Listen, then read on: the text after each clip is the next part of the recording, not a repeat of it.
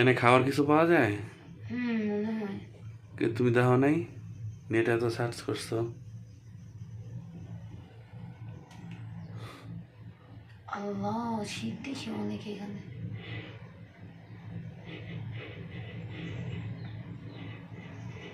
পাহাড়ে এসো না, শীত তো থাকবেই।